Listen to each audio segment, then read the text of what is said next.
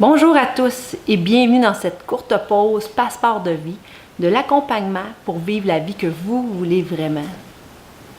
Avant chaque début d'année, je prends toujours un bon moment pour faire une bonne réflexion sur quels seront mes objectifs pour les 12 prochains mois. Et cette année, j'ai décidé d'intégrer la pratique de la pleine conscience.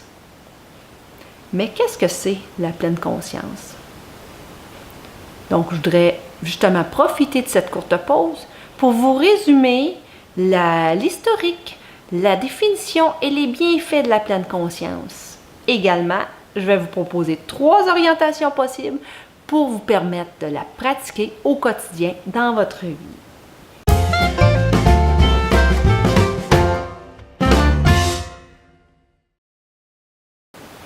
Saviez-vous que la pleine conscience a été créée aux États-Unis vers la fin des années 70?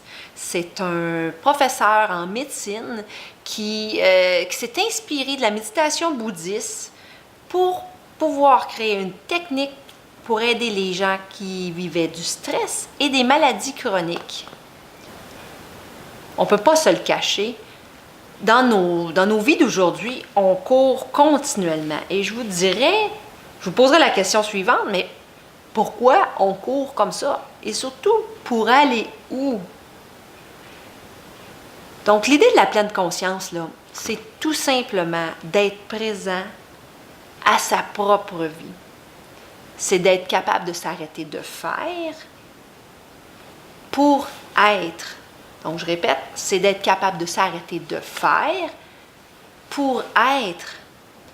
C'est tout simplement d'être présent à sa propre vie et d'être capable de ressentir les sensations qui nous parviennent. On peut ressentir les sensations par le corps physique, de l'extérieur, et on peut également ressentir les sensations par l'intérieur via notre analyse, le mental et également par l'émotionnel, par ce qu'on vit. En plus de la réduction de stress, la pleine conscience nous permet d'être capable de focaliser nos pensées, nos actions, nos décisions. C'est tout simplement d'être présent à soi-même. Donc, sans plus tarder, je voudrais vous proposer 3 orientations possibles pour pratiquer la pleine conscience dans sa propre vie. Première orientation possible, c'est d'être attentif à ce qu'on fait. Est-ce que ça vous est déjà arrivé, vous rendre au travail, puis qu'une fois arrivé à destination, vous n'aviez plus vraiment de souvenir de votre trajet? En tout cas, moi, ça m'arrive fréquemment. Et un des trucs, peut-être, pour y arriver, c'est d'être attentif à ce que l'on fait. Si on marche, c'est d'observer qu'on est en train de prendre une marche. Et puis si on est en train de manger, c'est de prendre le temps de manger, de goûter à ce que l'on met dans sa bouche, d'être attentif à ce que l'on fait. Deuxième orientation possible, ce que je vous suggérerais, c'est de faire des pauses entre vos actions. Souvent, on fait des pauses, ou à tout le moins, on croit faire des pauses. Mais qu'est-ce qu'on fait en réalité? Souvent, on va répondre à un courriel, on va aller voir notre Facebook, passer un appel, un coup de fil. En réalité, tout ce qu'on fait, c'est juste de fatiguer notre cerveau, mais d'une façon différente. Donc, de faire des vraies pauses. Je pourrais vous suggérer comme vraie pause, par exemple, si vous travaillez sur un ordinateur toute la journée, c'est tout simplement de lever les yeux de votre écran. Puis si vous avez la chance d'avoir une fenêtre, juste de regarder à l'extérieur et de prendre 10 bonnes inspirations. Et de s'observer, observer nos sensations. Est-ce que je suis tendue aujourd'hui? Est-ce que j'ai des tensions dans les épaules? Est-ce que je suis stressée? Est-ce que je suis contente ce matin, de bonne humeur, ou je suis plutôt triste, nostalgique? De porter attention à ce que l'on vit, c'est quelque chose qu'on ne fait pas souvent. Donc, de se donner la chance de le faire, ça peut être tout un plus dans notre vie.